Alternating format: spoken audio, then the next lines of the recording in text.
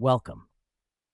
Today, we're diving into one of the most critical decisions you'll make as a restaurant owner, and we're answering a question that is deceptively simple on the surface. What salary should you pay your restaurant general manager? In a world where one brand has tested six-figure salaries for managers, while elite restaurant graduates can start below $50,000, finding that sweet spot is crucial to keeping your restaurant thriving. Your GM is the person holding your entire operation together. When fires break out, literally or figuratively, they're there. When customers demand to speak to the manager, they step up. During rush hours, they're on the line, and during quiet afternoons, they're strategizing how to squeeze out better margins. They are indispensable. But here's the million-dollar question, or should we say, the $50,000 to $160,000 question. How do you put a price tag on that kind of leadership? Before we talk numbers, we have to understand value, and that sets up the core tension beautifully. So let's dive in. Now here's the hook that makes this question so urgent. The research points to a striking contrast. One brand can test manager pay near $100,000, while another restaurant pays under $50,000, and both can argue they're offering the right salary. So the real question isn't, what do restaurant GMs make in general? It's this: what should your restaurant pay this manager in this market for this role under these specific financial conditions? Because a bad pay decision cuts both ways. Get it wrong on the low end, and your perfect fit manager, the one who finally gets your vision, walks out the door taking their expertise and your peace of mind with them. Turnover is expensive, really expensive, but swing too high and you're bleeding money that your margins simply cannot support. The salary question is really a strategy question, a retention question, and a profitability question all at once. And once we see that, the usual shortcuts begin to look dangerously weak. Let's explore why. Here's where most owners go wrong, and where the research reveals a critical gap in conventional wisdom. The natural instinct is to look at what your competitor down the street is paying and simply match it, or pull an average from 10 similar restaurants, or hop onto a job site and grab that industry standard. Seems logical, right? But here's the problem, and it's a big one. Two restaurants can look absolutely identical from the street and still have completely different financial DNA. Restaurant A might have back-of-house staff on lower hourly rates, while Restaurant B pays premium wages. Maybe A carries higher inventory while B runs lean. Perhaps A has a fixed lease while B pays rent as a percentage of sales. These aren't small details. They're fundamental structural differences that mean copying salaries across restaurants is like prescribing the same medicine to patients with completely different conditions. And geography skews everything. A GM in New York City commands premiums that would be absurd in Nashville. Most salary reports also overlook staff size, operation type, and the actual scope of the GM role. So yes, industry averages can tell you if you're in the ballpark, but relying on them alone is a recipe for either overpaying and hurting your margins or underpaying and losing your star player. That gap leads us directly to the framework the research proposes. So what's the alternative to guesswork? The research proposes a novel four-pillar framework that moves beyond simplistic benchmarking to strategic valuation. Let me walk you through each pillar. First, we have role complexity. In a single-unit quick-service concept, your GM is your management team, handling HR, accounting, purchasing, marketing, inventory, recruitment, and retention all by themselves. In a larger chain, they have support staff and can focus on pure leadership. So map out what you actually need your GM to accomplish, every responsibility and every hidden project they might take on. Second is the qualifications pillar. We're talking length of experience, depth of restaurant-specific background, and formal leadership training.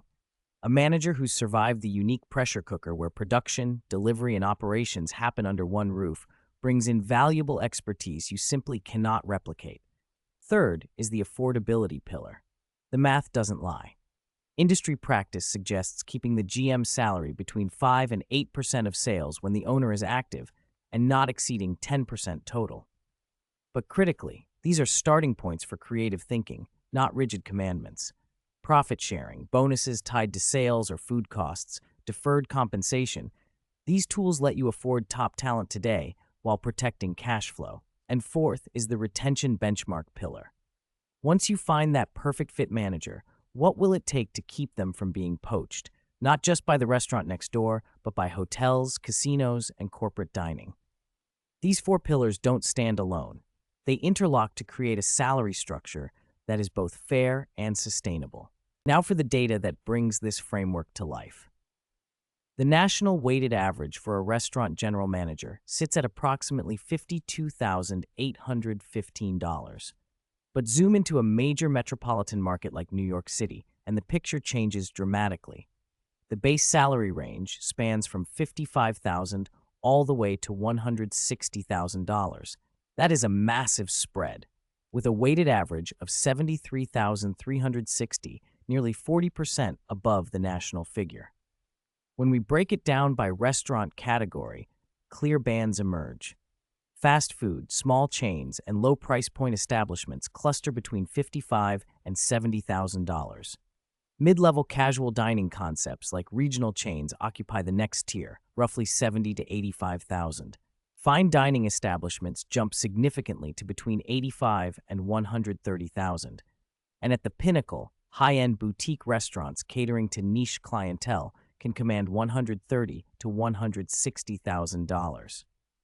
The affordability guideline, 5 to 8% of sales with active owner involvement, not exceeding 10%, is your calibration tool within the framework, not a substitute for judgment. The breakthrough insight is this: the right salary is not hiding inside a single average. It emerges from a combination of local market realities, business economics, and the exact level of operational responsibility your GM carries. So how do you actually apply this research to your restaurant? Let's get practical. First, stop asking for a magic market number and start building a compensation case. If your GM is expected to reduce turnover, launch catering, lead restructuring, improve marketing, or carry the operation through a staffing crisis, that added value should be priced into the role from the start. Second, recognize that the right salary isn't always just base pay. If your sales can't support market rate base salary today, but you believe this manager will drive future value, structure profit sharing that gives them real skin in the game. Tie cash bonuses to measurable goals, hitting sales targets, maintaining food costs under 30%, keeping labor percentages in check. Remember, a dollar today is worth more than a dollar tomorrow, so deferred compensation with future incentives can align interests beautifully. Third, use competitive intelligence strategically. You are no longer just competing with the restaurant next door. You're competing with hotels, casinos, and corporate dining spaces hunting the same talent pool. Use market research to establish your should not lose the manager threshold. That's your floor, not your target. And fourth, think beyond the paycheck. Retention bonuses, performance equity, even pathways to ownership can transform a salary conversation into a true partnership discussion. The implication is clear. Salary design is part finance, part labor strategy, and part retention insurance. What we're witnessing here is nothing less than a paradigm shift in how restaurants approach general manager compensation. The old model, copying competitor salaries or blindly following industry averages, simply cannot survive in an environment where every restaurant has unique financial DNA and every manager brings a different value equation. The research drives us away from average-based compensation and toward value-based compensation. The better question is no longer, what do GMs generally make? It becomes, what is this role worth inside this specific operation, and what package will attract and keep the right person without breaking the model? This shift moves compensation from an expense category to a strategic investment vehicle. When you evaluate role complexity, you're investing in operational coverage. When you weigh qualifications, you're investing in expertise that prevents costly mistakes. When you calculate affordability, you're investing in sustainability. And when you establish retention benchmarks, you're investing in continuity. Looking forward, this paradigm opens doors to even more sophisticated approaches. Imagine dynamic compensation that adjusts with real-time KPI achievement, or predictive models that flag retention risks before your star GM even starts looking elsewhere. especially in today's labor market where management talent remains hard to replace and wage pressure varies sharply by segment and city. Designing compensation intelligently is the strategic advantage that separates restaurants that thrive from those that merely survive. Let's bring this all together with your action plan. First, stop copying competitor salaries and abandon the industry average as your only guide. You now know why that path leads to overpayment or devastating turnover. Instead, implement the four-pillar framework starting today. Map out your GM's actual role complexity, every responsibility from crisis management to strategy and every hidden project in between. Assess their qualifications objectively, experience length, restaurant-specific background, and leadership depth. Calculate your affordability range using 5 to 10% of sales as a calibration point, not a rule. Then research your competitive floor, the minimum you must pay to prevent poaching from restaurants, hotels, and casinos hunting your best talent. Finally, design creative compensation packages that might include profit sharing, performance bonuses tied to measurable outcomes, or deferred equity to bridge any gaps. Keep the data in mind. Fast food and small chains at 55 to 70,000, mid-level casual dining at 70 to 85,000, fine dining at 85 to 130,000, and high-end boutique at 130 to 160,000. With a national weighted average near 52,815 and a major metro premium pushing significantly higher. But remember, these ranges only make sense inside the framework. Your GM is quite possibly the most important hire you will ever make. Their salary shouldn't be an expense you minimize. It should be an investment you optimize. Treat compensation as a strategic tool rather than a guess, and you are far more likely to attract and retain the leader your restaurant truly needs. Like and subscribe for more helpful videos like this. Connect with Forks for the experienced accounting professionals your restaurant needs. Details in description below.